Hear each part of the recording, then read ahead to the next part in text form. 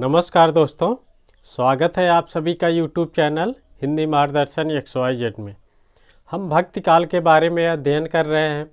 भक्ति काल में सूफी काव्य के अंतर्गत हमने मलिक मोहम्मद जायसी के बारे में देखा। ठीक, मलिक मोहम्मद जायसी का विस्तार से वर्णन किया, उनकी रचनाओं को देखा।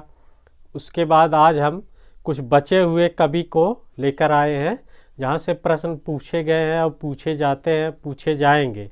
ठीक, शुरू करने से पहले अगर आप इस चैनल पर नए हैं तो सबसे पहले इस चैनल को सब्सक्राइब और लाइक कर दें, ताकि जो भी वीडियो अपलोड करें उसकी सूचना आप सभी को तुरंत मिल जाए। ठीक, तो चलिए हम शुरू करते हैं। तो एक एक करके हम देखेंगे। सबसे पहले हम मंझन,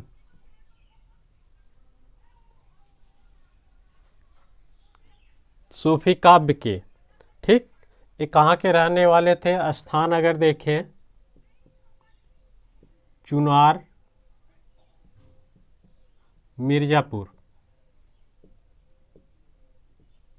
अर्थात उत्तर प्रदेश के। ठीक, स्थान कहाँ है? चुनार, मिर्ज़ापुर, उत्तर प्रदेश। और इनके गुरु मोहम्मद गौस,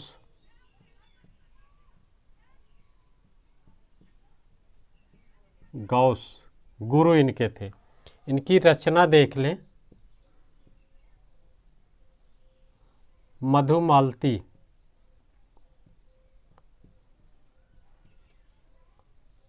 इनकी रचना मधुमालती ये कब रची गई?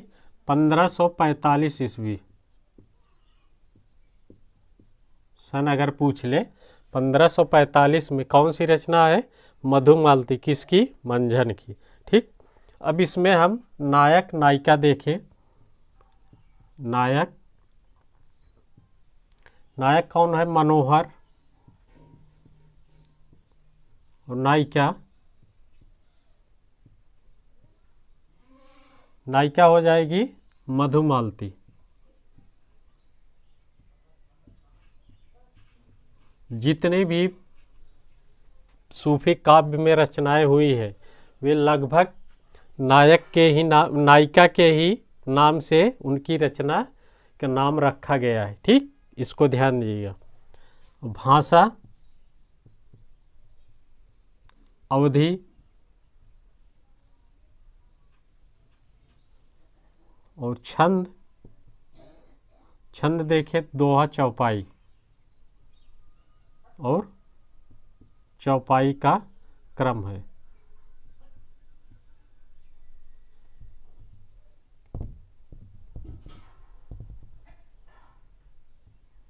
चौपाई का क्रम रखा गया है। ठीक, नायक जो है मनोहर, एक कनेसर के राजा सूरजभान का पुत्र है।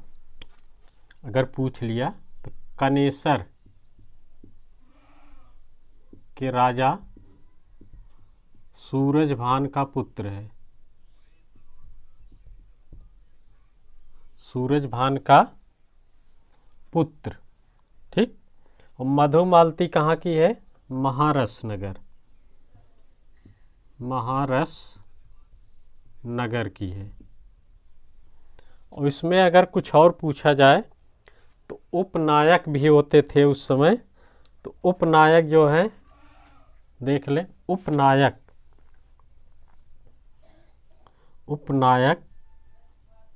ताराचंद, और उपनायिका प्रेमा। इतना और याद रखिए। मंझन की रचना कौन है? मधुमालती। सन की कब है? 1545 ईस्वी। नायक मनोहर, नायिका मधुमालती, भाषा अवधी, छंद जो है दोहा चौपाई का क्रम है। और अगर उपनायक पूछ लिया तो ताराचंद और उपनायिका प्रेमा। ठीक, बस। इसके आगे दूसरे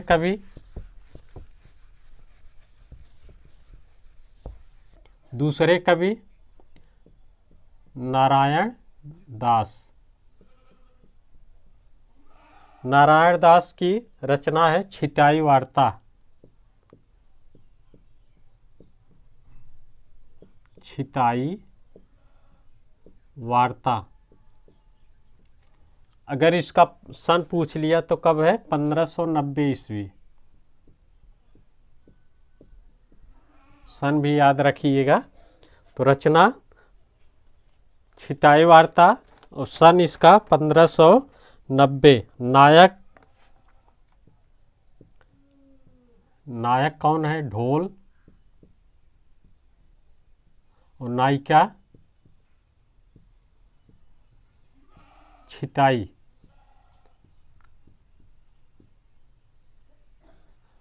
देखिए ये रचना छिताई वार्ता किस पे है? नायिका के ही नाम से है ना। तो इसी तरह भाषा राजस्थानी मिश्रित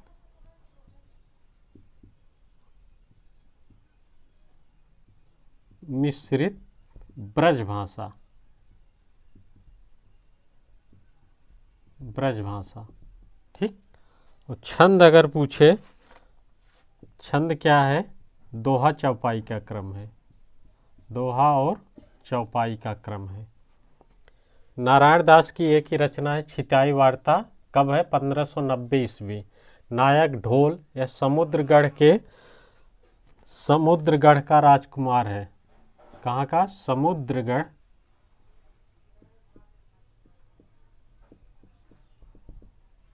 राजकुमार। छिताई कहाँ की है? देवगिरी की राजा रायदेव की यादव की पुत्री है। रायदेव यादव की पुत्री, ठीक। कहाँ के? देवगिरी के। भाषा हमने देखा, फिर छंद, फिर तीसरे कवि हम देखते हैं।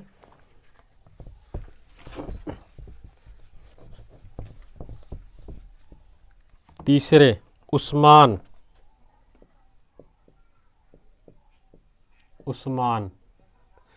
उस्मान जो कवि हैं, ये मान उपनाम से रचना करते थे। मान उपनाम, इनका उपनाम मान है, ठीक। ये मान नाम से रचनाएं करते थे। फिर आगे देखें, ये कहाँ के थे? स्थान गाजीपुर, उत्तर प्रदेश, ठीक। गुरु इनके हाजी बाबा। गुरु हाजी बाबा। गुरु हाजी बाबा एक क्या थे? चिश्ती संप्रदाय के थे।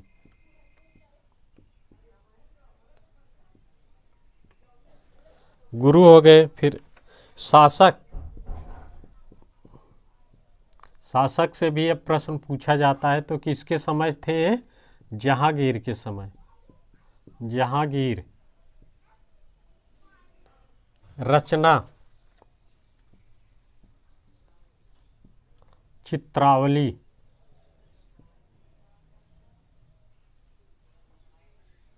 इनकी रचना चित्रावली। कब है? सन इसका 1613 ईस्वी। सन भी बताते चल रहे हैं, कभी सन भी मिलाने के दे देता है, यूजीसी नेट में आता है, ठीक। तो चित्रावली। अब इसके नायक कौन था? सुजान कुमार।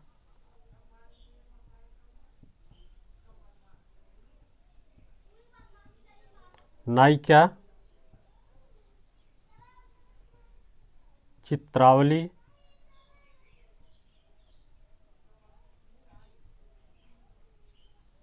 नायिका चित्रावली। एक सुजान कुमार कहाँ का था? नेपाल का। और नायिका कहाँ की है? रूपनगर की। रूपनगर की।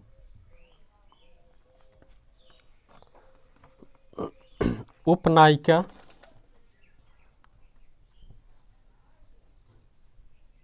कमलावती।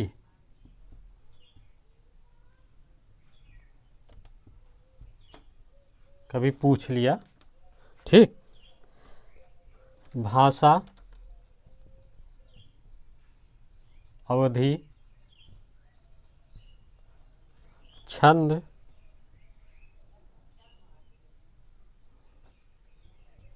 दोहा, चौपाई का क्रम है।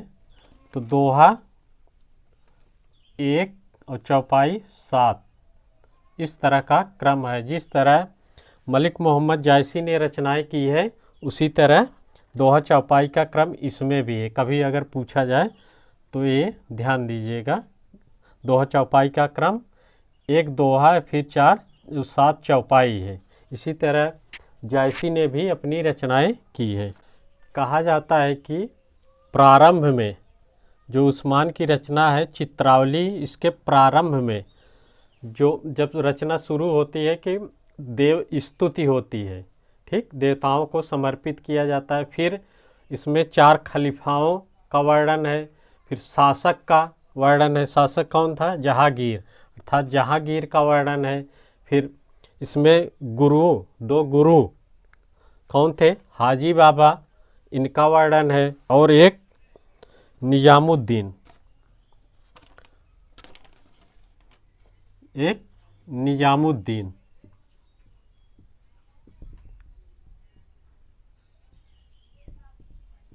निजामुद्दीन ये दोनों लोग का प्रारंभ में वर्णन किया गया है। ठीक। और एक बात है, चित्रावली में एक गाजीपुर के रहने वाले थे, तो इसलिए चित्रावली में गाजीपुर का वर्णन किया गया है। अगर पूछ लिया तो किसका वर्णन है? गाजीपुर का वर्णन किया गया है इस रचना में। किसमें? चित्रावली में गाजीपुर का वर्णन है। इनके 1-2 कथन है, अर्थात काव्य के जो कथन है उसको देख लें। इसको ध्यान दीजिए, इसमें गाजीपुर का वर्णन यानी गाजीपुर नगर का वर्णन किया गया है। तो जैसे है, जाकी बुद्धि होय अधिकाई, पहला है जाकी बुद्धि होय अधिकाई, आन कथा एक कहे बनाई।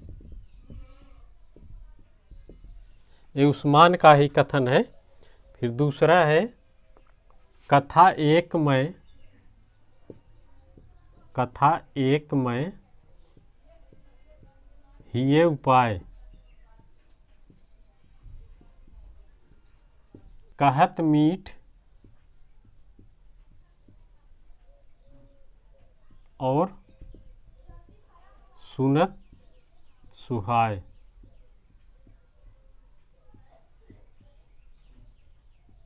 कथा एक मैं हिये उपाय, कहत मीठ और सुनत सुहाय। ये किसने माना? शुक्ल ने माना। ठीक। फिर अगले कवि हम चौथे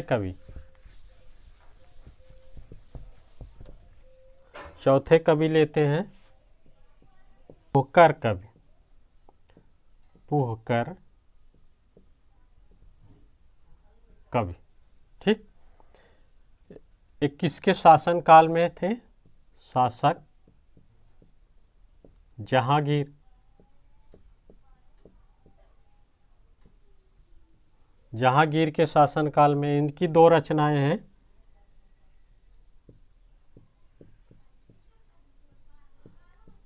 रस रतन और रस बेली, 2 रचनाएं हैं, रस रतन और रस बेली। तो रस रतन के बारे में देखें। ये तो नाम जानते रहिए, इम्पॉर्टेंट ये है रस रतन। ठीक। रस रतन, इसके बारे में देखें। यह नायिका भेद ग्रंथ है। नायिका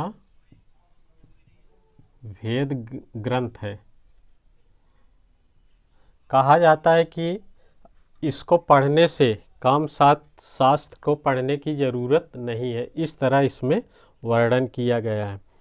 जब जहांगीर ने इन्हें बंदी गृह में डलवा दिया था, इस रचना के पहले ही जब बंदी गृह में डलवा दिया था, वहाँ पर इन्होंने रस रतन की रचना की, तो इस रचना को सुनकर जहांगीर ने इन्हें कारागार से मुक्त कर दिया था, कहा जाता है। ठीक, तो इसलिए ये इम्पॉर्टेंट है। रस इसमें नायक सोम या सूरसेन,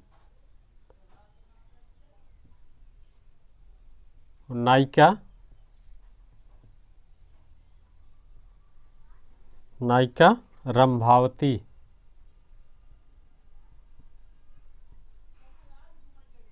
इन्हीं दोनों की प्रेम कथा का वर्णन किया गया है। इसकी भाषा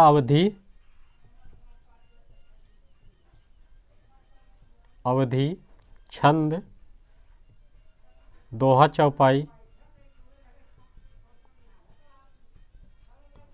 चौपाई का क्रम है। ठीक, इसके बारे में देखें। रस रतन, इसको आचार्य रामचंद्र शुक्ल ने क्या कहा? रस रतन शुक्ल का कथन है, यहाँ देखें।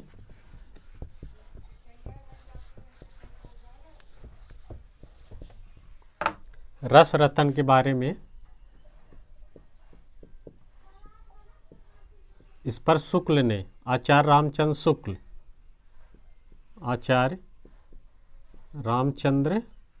शुक्ल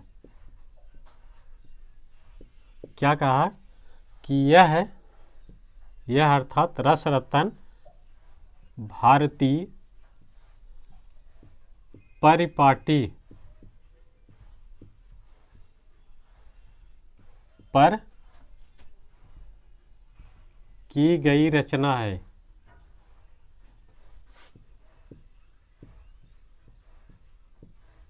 किंतु जायसी की रचना अभारतीय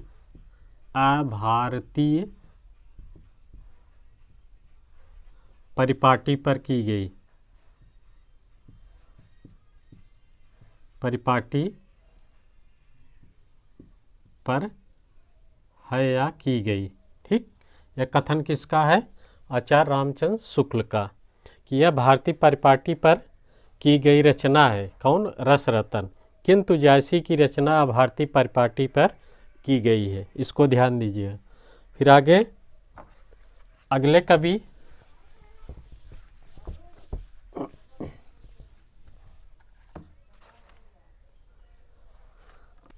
पांचवें कवि शेख नबी, कहाँ के रहने वाले थे? जौनपुर के रहने वाले।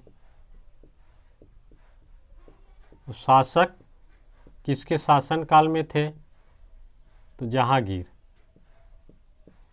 जहांगीर के शासन काल में थे।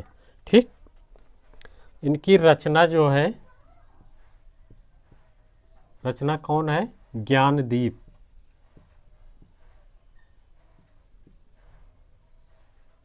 इस तरह कर ले, ज्ञान से हमने सीखा, यानी शेख नबी ज्ञानदीप, ज्ञान से हमने सीखा।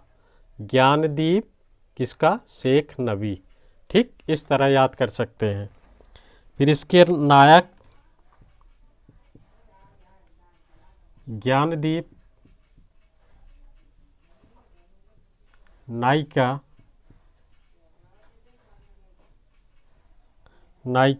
देवयानी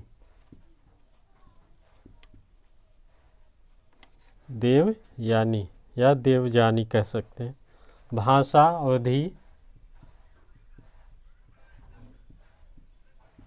अवधि, छंद, दोहा, चौपाई।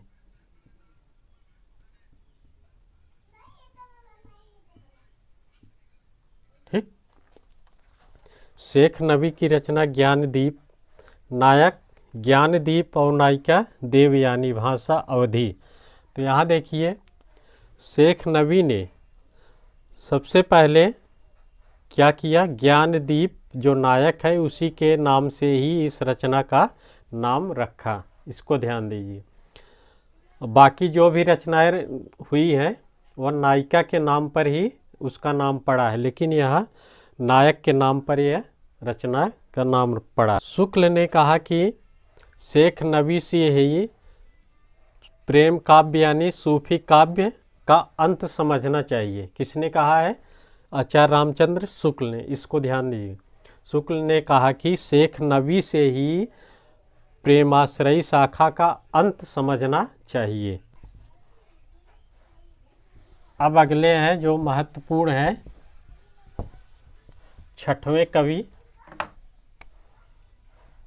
नूर मोहम्मद।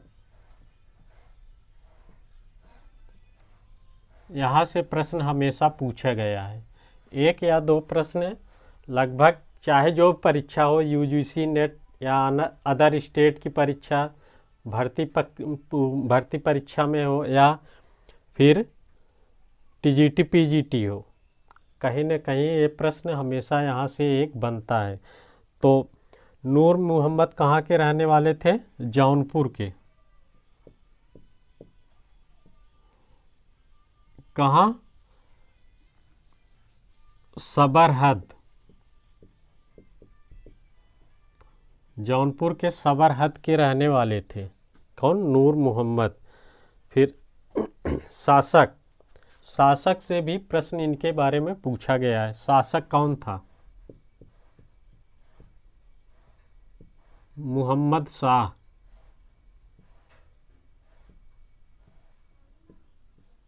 मोहम्मद शाह रंगीला। शासक किसके शासनकाल के समय उपस्थित थे? नूर मोहम्मद, मोहम्मद शाह, इसी के शासनकाल में ये उपस्थित थे। ठीक। इनकी रचनाएं 3 हैं।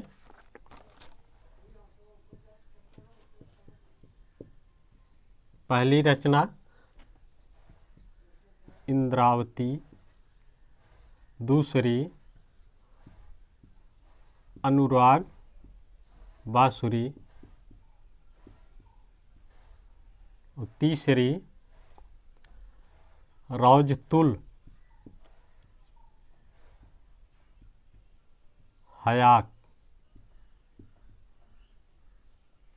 पहली रचना इंद्रावती, इसका समय है 1744। अनुराग बांसुरी दूसरी रचना, इसका समय 1764। और तीसरी रचना रौजतुलक हयाक, ये फारसी में रची गई है, फारसी में है। ठीक। तो इसको केवल जानते रहिए। अब दोनों रचनाएं जो है इंद्रावती और अनुराग बांसुरी, उसके बारे में हम देख लें थोड़ा सा। तो पहले हम लेते हैं इंद्रावती। इंद्रावती, इसमें देखें इसका समय 1744 ईस्वी। इसमें नायक राजकुंवर, कुंवर, ये कहाँ के रहने वाले थे? कलिंजर का।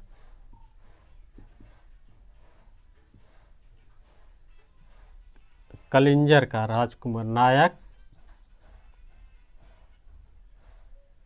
नायक इंद्रावती।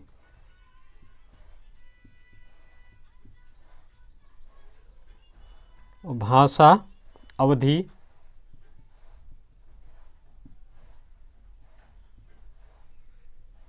अवधी। दोहा चौपाई का क्रम है। छंद, दोहा और चौपाई। इसमें क्या क्रम रखा गया है? 1 दोहा फिर 4 5। 1 दोहा और 5 चौपाई, एक क्रम इसमें है। ठीक, इसको याद रखिए। 1 दोहा और 5 चौपाई। नायक राजकुंवर, नायिका इंद्रावती, भाषा अवधी, छंद इसमें दोहा चौपाई का क्रम है। ठीक, इंद्रावती कहाँ की थी? आगमपुर की, आगमपुर। अब अगली रचना अनुराग बांसुरी। दूसरी है अनुराग बांसुरी। अनुराग बांसुरी, इसका समय 1764 ईस्वी। अब इसमें देखें, इसमें सबसे महत्वपूर्ण एक कथन है, हिंदू मग पर, इसी में है, हिंदू मग पर पाँव न राख्यो,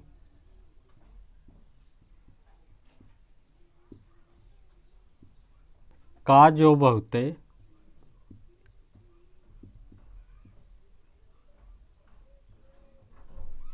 बहुते हिंदी भाख्यो। एक कथन एक प्रश्न में पूछा भी गया है। कब आया है? ये आया था टीजीटी 2010 में।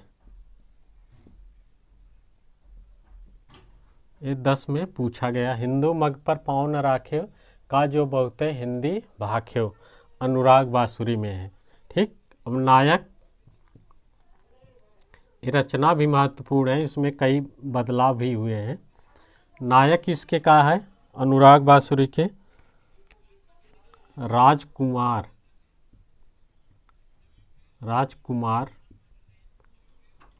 नायिका,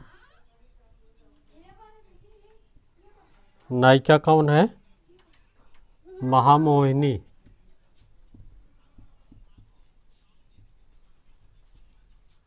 नायक राजकुमार, नायिका महामोहिनी। भाषा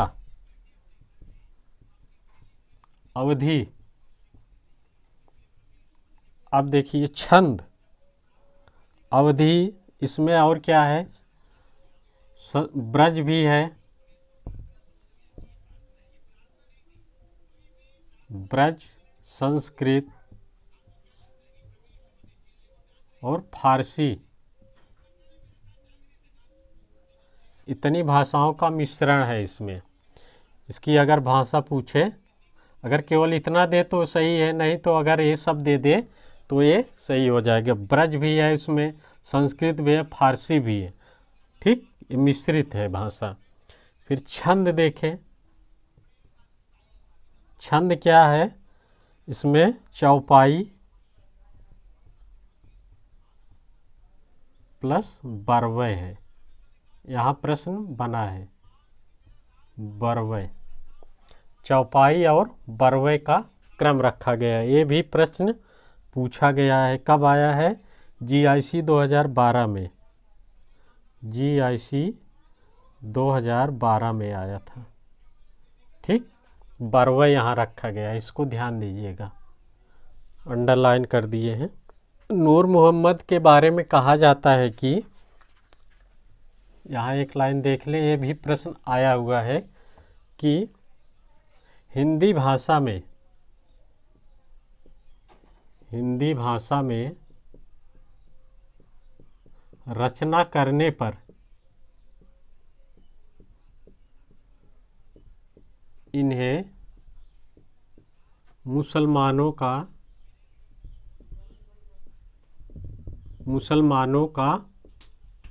उपालंब सुनना पड़ा। ये प्रश्न पूछा गया था टीजीटी 2013 में।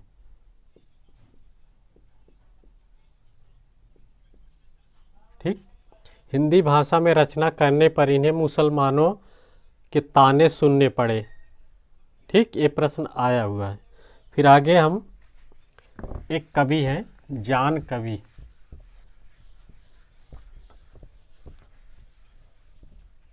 कवि हैं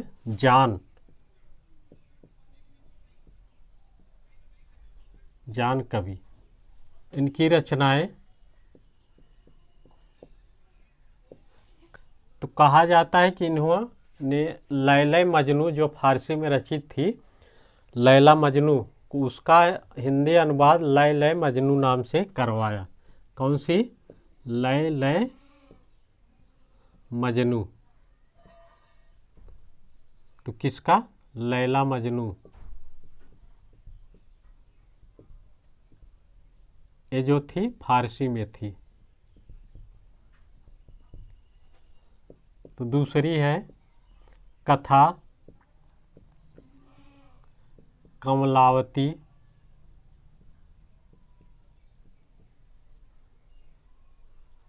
तीसरी कथा कंकावती। चौथी कथा रूपमंजरी। पांचवी कथा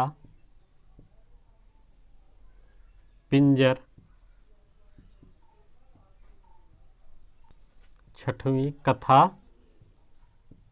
रत्नावली। ये इनकी रचनाएं हैं, इसको जानते रहिएगा। ठीक, ये जान कवि की रचनाएं हैं।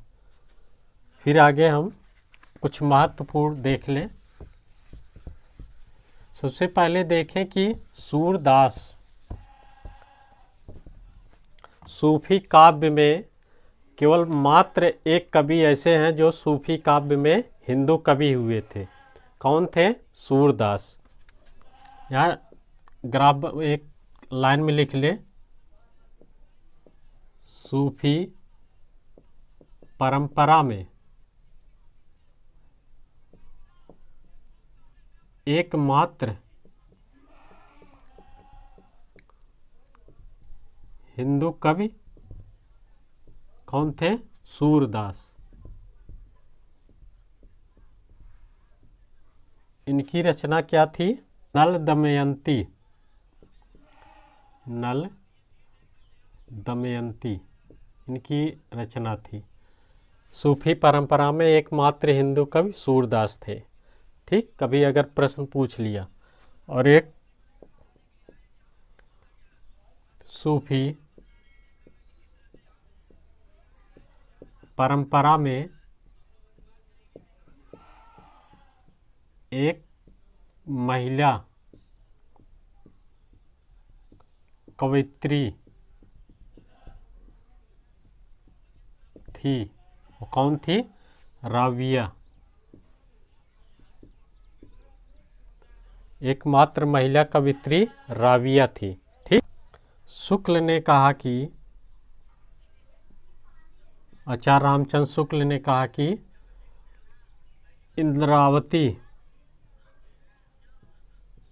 इंद्रावती को सूफी परंपरा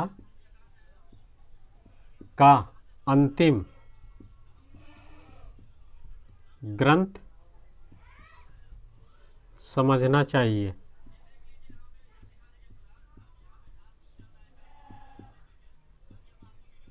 ठीक, यानी इंद्रावती को शुक्ल ने कहा कि यह अंतिम ग्रंथ है। फिर इन्होंने ही कहा कि सूफी परंपरा में अंतिम कवि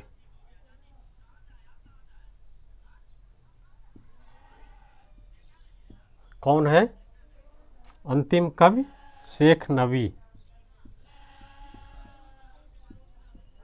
शेख नबी अंतिम कवि माना। अंतिम रचना इंद्रावती और अंतिम कवि शेख नबी को किसने माना? आचार्य रामचंद्र शुक्ल ने। एक कवि है कासिम शाह। कासिम शाह, इनकी रचना है हंस जवाहिर। जवाहिर। अब इसी में देख लें नायक कौन होगा, हंस, जवाहिर नायिका।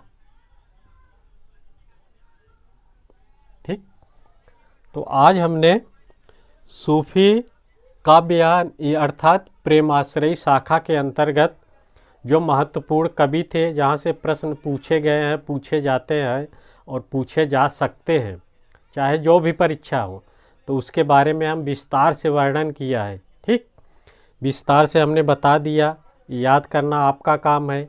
ये इसको 1 नहीं 2 3 बार देखिए, तब जाके ये याद होगा। तो आज हमने सूफी काव्य परंपरा का अंत किया। अब इसके बाद अगला टॉपिक आएगा, तो आप इस वीडियो को देखते रहिए और पढ़ते रहिए, चाहे जो भी परीक्षाओं में हो उसमें आपको सफलता मिलेगी। ठीक, तो चलिए, नमस्कार।